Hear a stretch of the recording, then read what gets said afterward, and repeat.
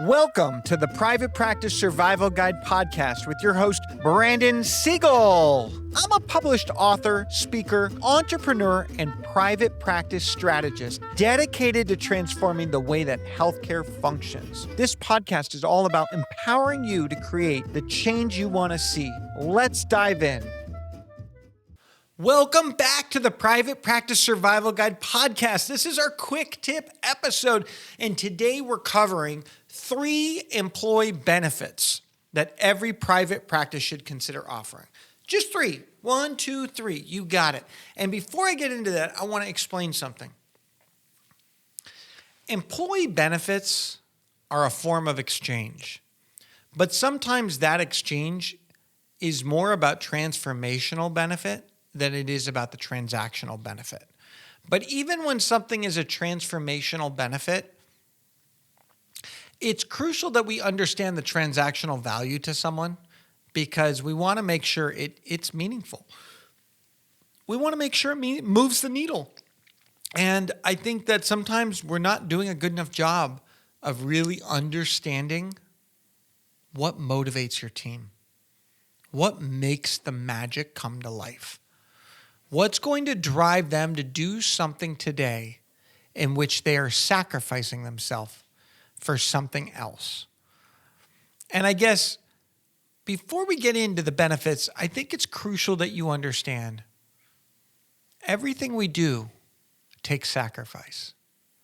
But if we don't recognize the role of sacrifice, then we can't value what it is we're getting as an exchange for that sacrifice. So every day your employees show up, you're like, well, Brandon, I am paying them. So we're in exchange. I go, yeah, but what that exchange means in terms of market value might not share the same value for them based on what they're giving up. And so we have to define that. So even take someone who is a new mom. Every day they're leaving home and they're missing a milestone with their child. So they have to find enough transformational benefit in what you offer, because transactional benefit will move the needle to make them show up, but it won't hit home in terms that they sometimes may resent you if it's just a transactional capability. And so if they have to go to work because they have no other choice and they have to do that because that's what it is and they're going to need to pay bills, that is a reality, and I get that that's their reality. But finding ways to acknowledge the sacrifice they're making to figure out meaningfulness for them is really important. Something as simple as, hey, I'm happy for you. We have a space if you want to have a nanny that the first 3 months that you're at work, you can have your nanny at the office with the child. Or we have subsidized nanny. And these aren't part of the employee benefits that every private practice should consider offering because those are more targeted. This is just on a very high level. How can you think different? And my statement is, let's say that I find 400 square feet of bonus space. And that 400 square feet allows a mom to be able to see their child for 15 minutes every 2 hours for the first 3 months of being a mom or back at work. That could be a game changer. That is a milestone that probably wouldn't cost you too much. And there's a way to do it, and there's a way to craft it and all of that, but that's a benefit that a lot of you don't even think. And I recognize that sometimes what we don't know is what's holding us back, and so I want you to think outside the box. But as we look at 3 employee benefits that I think every private practice should consider offering, the first is continuing ed. I believe that every employee must feel that they're changing, that they're growing, that they're expanding. The unicorns, the people we want, prioritize education. The employee that is our ideal employee says, send me to that conference. Get me certified. I want to learn. And not just because they want to be transactionally worth more. No, they actually want to develop themselves. So invest in staff members that value learning and skill development. And I would say it this way.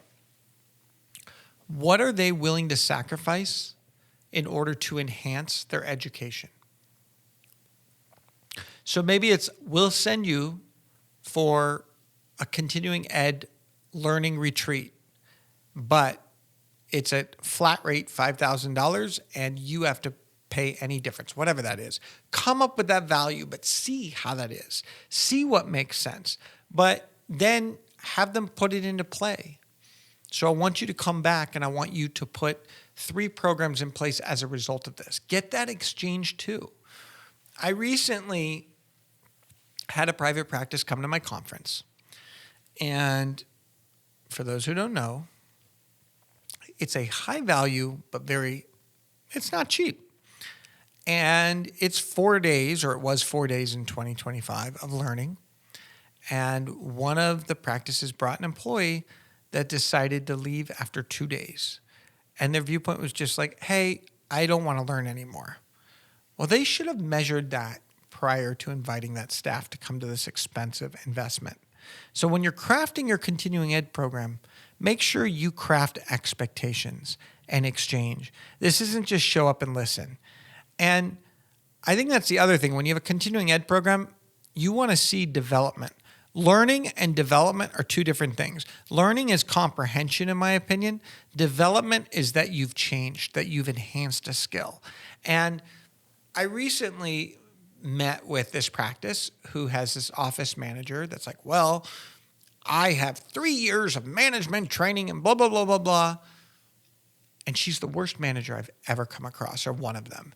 And I couldn't tell her that, but I was like, I can walk you to a well of knowledge and you may understand it, but your ability to be developed, changed, and apply it is something that sometimes is outside of my hands. And for us to invest in that continuing ed program, I want to know that there's skill attainment. So sometimes there's a test that we want to do as a result. Sometimes it's a program development.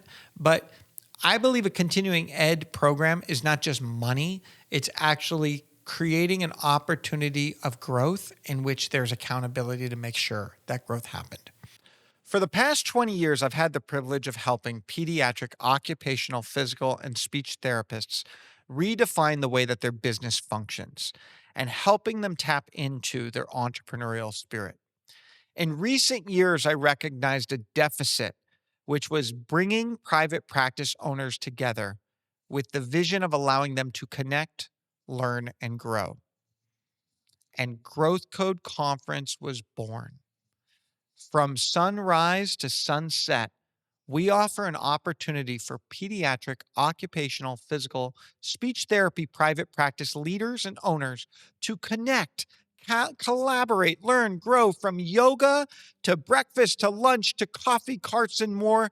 We take you to another world where you are inspired, where you feel empowered, and where you are able to grow to the next level so that we all can change the world one child at a time. The next thing, now, every single person should offer this flexible spending accounts, FSA. The investment can be minimal. It's a tax-deductible benefit, helps cover necessary expenses. There's FSA on healthcare. There's FSA on dependent care. FSA is different than HSA. FSA is a flexible spending account. We can use it on a healthcare side on medication, on physical therapy, on copays, coinsurance, all different things. And it's a pre-tax benefit, which is why it's great. And then dependent care, there's a separate dependent care where you can get up to, I think it was like $10,000 pre-tax on dependent care. I did this for all my children. It was great. While we were working, that helped offset that pre-tax benefit, was really rewarding. So we've got 2 of 3 right now. We got our continuing ed. We've got our flexible spending account. So here is where I'm going to shift the paradigm. Are you ready? I believe in a cash out paid time off policy. I believe in potentially incentivizing it. So I bring this up and I say it this way. We're going to come up with what is our PTO policy. 2 weeks, 3 weeks, 4 weeks, 6 weeks, whatever that is, design it. And then there is a certain percentage of those PTO days that you may say, hey, we will allow for up to 50% to be cashed out annually based on the following criteria. You have no paid time off or non-paid days. You have this, you have that, whatever. And if you elect to work versus taking that day off, the value of that payout is 1.25, which means you're going to get paid for your work that day, and you're going to get 1.25 of every hour as well on top of that. So for working that day, you basically got 2.25 value for that day. That's pretty cool.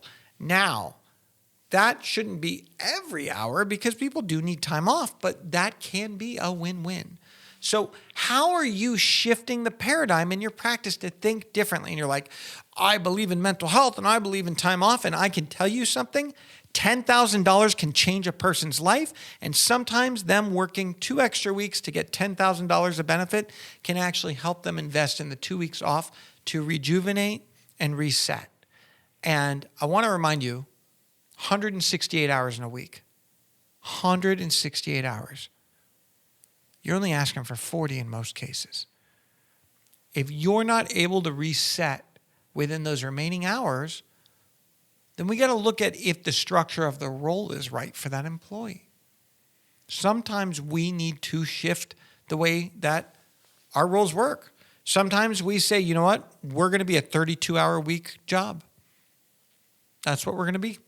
That's what people need. To come and do great work, we need 32-hour week work weeks. Some are 40. Some say it's a 32 with a bonus above 32. Whatever that is. But if you keep thinking that the same actions are going to create different results, you're nuts. So again, 3 benefits I'm recommending you look at and consider: continuing ed and skill development connected to that, and track that skill development. FSA, flexible spending account, both on the dependent care side and a healthcare side. And then make your time off pallet policies cash out available with potentially an incentive. Okay. Did you know a 2023 MetLife employee benefits trend study found that 73% of employees say having the right benefits increases their loyalty to their employer? 73%, highlighting the importance of offering competitive benefits in private practice. That's huge. So, in the words of Richard Branson, take care of your employees and they will take care of your business. Thank you for joining the Private Practice Survival Guide podcast episode quick tips. I truly care so much about each and every one of you.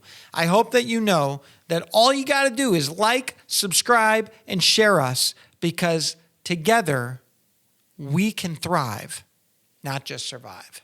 Thank you for tuning in to the Private Practice Survival Guide podcast. I'm incredibly grateful to each and every one of you. Exciting news. We're now available everywhere, from Spotify to Apple Podcasts to YouTube or anywhere you like to listen to your podcasts. So watch, listen, and reach out. If you loved this episode, please drop a 5-star review. It truly means the world to me. Are you looking for more ways to elevate your practice? If so, now is your chance. Reach out, go to my website, or email me at brandon@wellnessworksmp.com. And remember, it's not just about surviving, it's about thriving.